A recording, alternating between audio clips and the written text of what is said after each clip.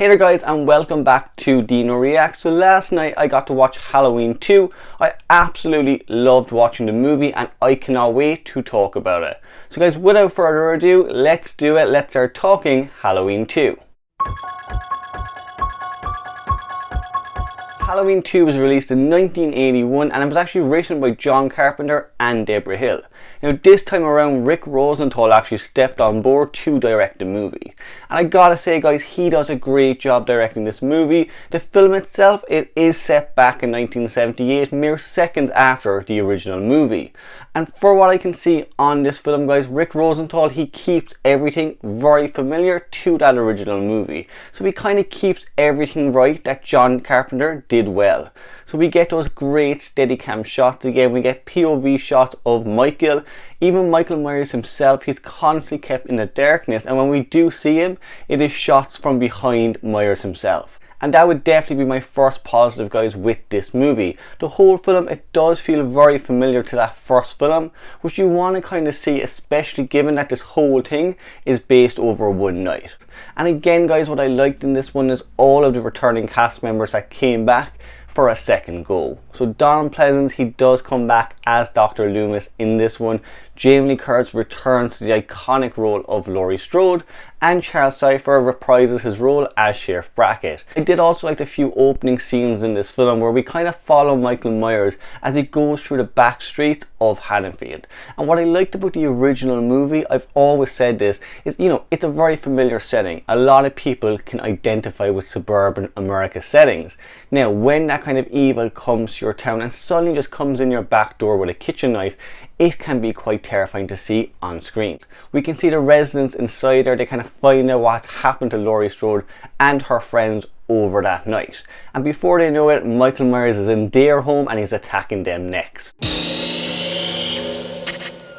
I've seen some people over the years kind of say, the hospital setting isn't their favourite thing. It gets a bit repetitive, maybe it's a bit boring, just all based in the one building.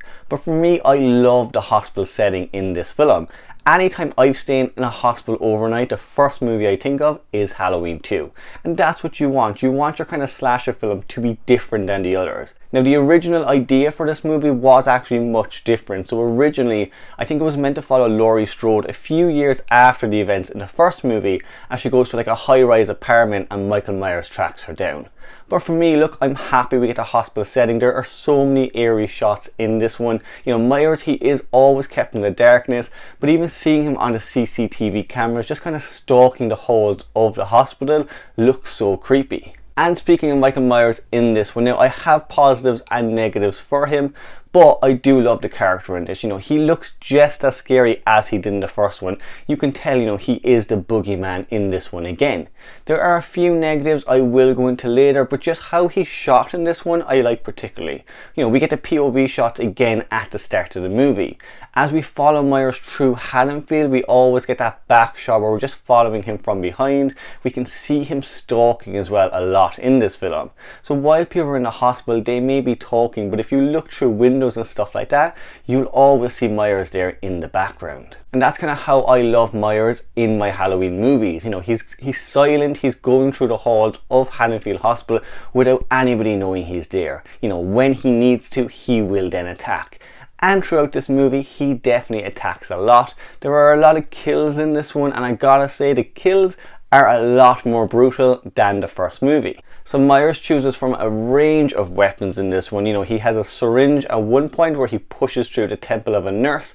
He has a hammer that he kills a security guard with. And even one victim, he drains the blood completely from their body on an operating table. So I did like the kills with this one. Yes, they are gory. I wasn't a huge fan of that.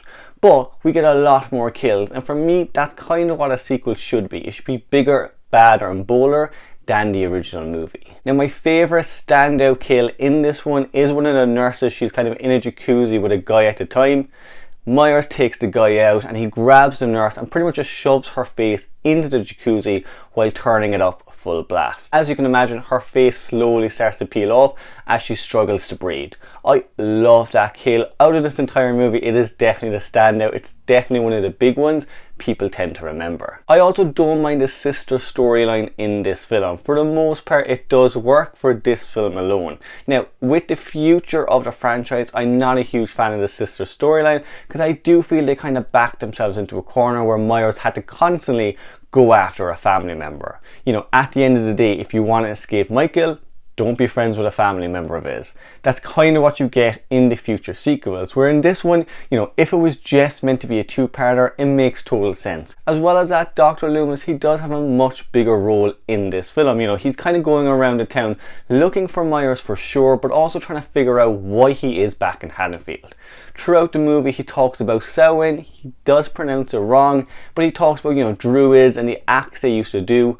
I like all that kind of aspect about him. You know, he's not explaining Michael necessarily, but he is giving an idea of where Michael's mindset is at. We also get the return of Nurse Marion in this. She is the one who lets Loomis know that Laurie is Michael's sister. You know, again, they did not need to bring her back, but it was just a good way to bridge both movies so you feel like this is one 3-hour movie you can watch on Halloween night. Another positive, guys, with this movie would definitely be the score. I like the score a lot in this one. It is slightly different than Carpenter's original score, but I don't mind if sequels play around with that. This one, you know, it's a lot more intense, it's a lot faster, and during those chase sequences, it really ramps up the tension. And guys, my last positive with this movie is definitely the final act. So as you've seen in my last review, I love a good chase scene, and we definitely get that in this movie. So Myers, when he finally tracks Laurie down, he chases her through the hospital setting, and it is a really good long chase sequence. You know, there's kind of two parts to it. The first part is just Michael and Laurie, the second part involves Loomis. So finally Laurie and Loomis meet up again at the end of the second movie, and what I like again about this one, it's smart how it develops. You know, Laurie and Loomis, they kind of get locked into a room in the hospital in the end, just like the last movie where Laurie kind of ended up just in a small room.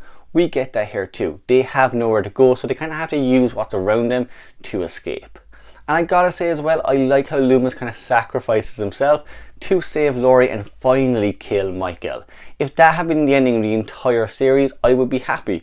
You know, you could watch it as a two-parter, you get a beginning, a middle and an end, and Loomis takes Michael out once and for all.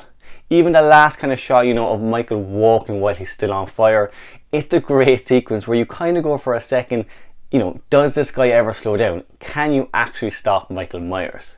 So guys, for me, that last act definitely ties the whole thing up nice and neatly. But guys, this movie does still have a few negatives. Now, it doesn't have a lot. I do like this film. It reminds me a lot of the first one, although it definitely doesn't hold up as well as the first one does. First negative, guys, is probably just the amount of gore in this one. I don't mind more kills, but it's a little bit too gory. Michael has a bit too many weapons to choose from in this film, and it just kind of takes away from his character that you see in the first movie. You know, I know at the time a lot of slashers had come out. There was a huge slasher craze, so obviously Mustafa Akkad wanted to up the ante and get more and more kills. I do feel like they were just trying to compete with other slashers at the time, and that's a little unfortunate just because it takes away from the mystique of Michael with that nice butcher knife. Well as that, as much as I do really enjoy Michael Myers in this movie, there's something about the way Dick Warlock portrays the role of the Shape that I've never been a huge fan of. Now, I love Myers in this. I am also a big fan of Dick Warlock, but at certain parts of the movie, he does look a bit too robotic. You know, he has a knife at different parts of the movie and he's just kind of holding it up as he walks. It's a bit too Terminator-like for my liking, you know, and I do feel like for all the sequels that came after it, a lot of the actors that portrayed Michael kept with that style of walking, and it's not a lot like the original version. If you watch the original Halloween, Myers, at most of the movie, he is like a regular man. Even when he knocks Laurie over the staircase, the way he comes down the staircase is the same as a regular guy. In this one, he's more just kind of like a machine constantly hunting down its target. Again, the mask in this one, I love the mask. It looks absolutely terrifying and it's a great mask. But when you consider Halloween 1 and Halloween 2 are meant to be the same movie, it looks completely different than the original version. Now, I know it is the same mask, you know, it is just a few years older. Dick Warlock's head as well was much bigger, so it kind of squashed into his face. But again, just when you watch both movies back to back, it's a glaring difference that you see straight away. And my last few negatives, guys, one would just be how underused Jamie Lee Curtis is in this movie. You know, she gets top billing in this film, but she's generally kind of confined to a bed for most of the movie. She also tends to make a lot of bad decisions in this movie, which just don't make a lot of sense. At one point, though, she is on the ground and she can see Loomis and Nurse Marion and kind of the state guard they're with at the time, and she calls out for help. So she tries to scream, but her voice won't come out. Now, of course, as the script needs it, when the doors of the hospital lock and they're all inside, she is able to scream, no problem at all. So little things like that did great on me. When I watched it when I was young, I didn't mind it, but as I've gotten older and I've watched them more and more, I can see the kind of issues with that. And that's the same for the character of Ben Tramer. I did like how they threw him in there and they kind of linked him to the first movie, but when you watch this one, you know Loomis has seen Myers maybe an hour beforehand. He knows what his mask looks like. He knows who Myers is. Ben Tramer in this one, he's carrying kind of a trick-or-treat bag. He has a completely different looking mask than the one Myers is wearing, and Loomis unfortunately gets him killed. So things like that, they are jarring issues with it. I can definitely see that the more I watch it, but at the same time, look, I love this movie. It has a lot more positives than it has negatives. But overall, guys, I would 100% recommend you check this one out, especially over Halloween. I would always say watch this one and Halloween 2 as a double feature if you can. But you get a 3-hour epic movie on Halloween night. You know, it does turn into a huge massacre bloodbath, and that's what we like as horror fans. So check this one out, guys. You will not be disappointed. If you're a fan of Halloween 2, let me know what you liked about it in the comments below. As always, guys, don't forget to subscribe to the channel just so you don't miss another video. And until next time, Heidi ho.